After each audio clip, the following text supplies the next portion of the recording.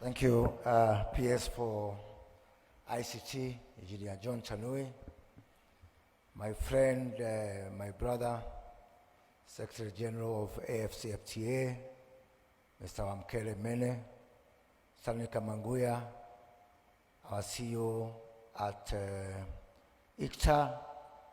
I think we have JP, our CEO from Konza, Mama M-Pesa, my good friend Esther Oitito, my friend Ali Mohammed, the chair of Fingo. Ladies and gentlemen, good morning. It is my pleasure to be here to join you this morning. And when I'm here and I compare the traditional tech and the energy that is supposed to come with fintech,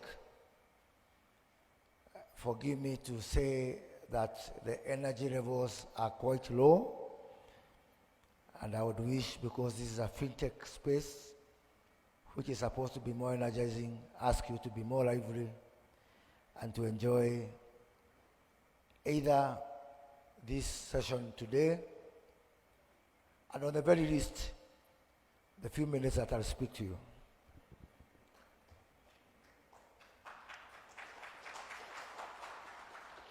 We all know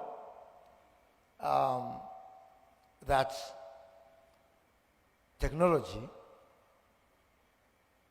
is not only the next big differentiator between the old economy and the new economy, particularly in Africa, but more specifically, Kenya has decided to take a deliberate journey towards the realization of technology as a major driver for the socio-economic transformation that the William Ruto government is embarking on. And we've made a lot of deliberate decisions. Just last year, we were suffering and we were struggling with some laws within our statutes, particularly on ownership within the technology space. And I am very pleased to say that as of today, we have knocked down all barriers for entry, for tech investors, for hosting services, for any sphere within the tech value chain, like was the case before. We have continued to take very liberal approaches as a country on matters technology. I remember John Michuki, the late, and may Lord rest his soul in peace. He once told me of a story of how he licensed M-Pesa. He was the Minister for Finance when M-Pesa was licensed. So somebody went from Safaricom and challenged John Michuki that you can send money through your phone. And John Michuki, he was not a very easy man to deal with. So he almost drew out the person from Safaricom. And when the person insisted, John Michuki said, give me that phone, sent money to his farm worker in Kagema, somewhere not very far from Nairobi. And then when the farm worker received the money, John Michuki called him and said, is it true? He said, yes.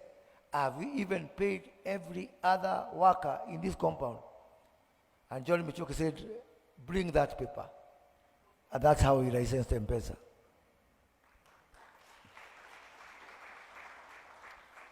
And I'm saying that because that belies the true story of the potential of fintech, not only in Kenya, not only in Africa, but indeed in all developing countries. In our country, The working class, the workforce, consists of some 19 million men and women. Out of these 19 million, only 3 million work in the private sector, informal sector. 1 million in government, 2 million in private. That is the size of our formal sector.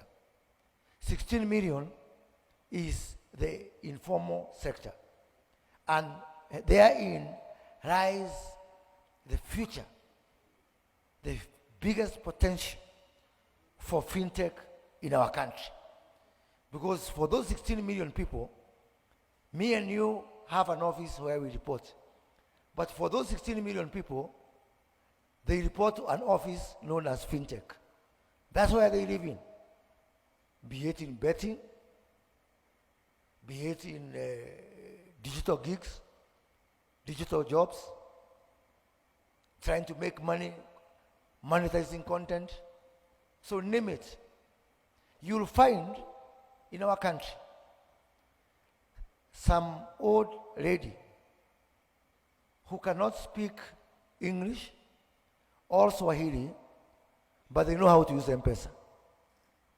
That really tells the story that the biggest landlord, the biggest office in the Republic of Kenya is fintech. And I've got reason to believe that this is a story across Africa. This is a story across the developing world. When we come up with solutions, our fintech solutions are most likely to be uptaken by our people because of the disproportionate size of the informal sector.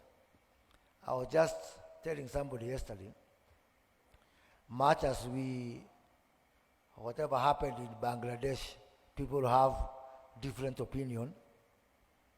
It is a fintech man, Mohammed Yunus of Grameen Bank, who is now the acting president of Bangladesh, put into power by the people. That is the power of fintech. That when we come with solutions which are specific, which are targeted, which are realistic to where the bulk of the population is, then we start to win. And I think I want to underscore that, realistic to our situation. Because I am a widely traveled person, and I've worked in this space, in both financial space and technology space, across all continents of this world. And I can tell you that if Kenya chose to pick from the shelves of models that were existing before, then I think that we could not have made a major endeavor and the progress that we made here. So let me conclude by saying that the government is very much committed to supporting fintech. We are committed to comprinting, to unlock all the obstacles that are there on the way to growth of fintech. Currently, ICT sector contributes up to 9% of our GDP. By the time we are done with our current administration, we are going to ensure that that contribution rises to 15% of the GDP. We are also working with our capital markets to unlock all the challenges of capital raising with our capital markets. So the next time you hear of a stock market, a complete NASDAQ for fintechs, dedicated for fintechs in Africa, it is going to be in Kenya, so that you can start to integrate fintechs to be able to attract capital using the capital markets. The incentives we are providing through our Konza City, where you can get access to up to 50% of power in Kenya, where you can get the best broadband, the best connectivity. The connectivity you can get in Konza City is as good as the connectivity you can get at the landing point of the submarine fiber in Mombasa, right in the interior of the country. So I hope that the next time I meet all of you physically, we'll meet you at the Konza, and I hope that the next time we all meet trying to help our fintechs is when we join Kenya, where the whole of Africa says, because Kenya has taken a lead to set up, a digital stock market to assist our fintechs to be able to raise capital so that we can grow together. Thank you, and I wish you very good deliberations. Thank you.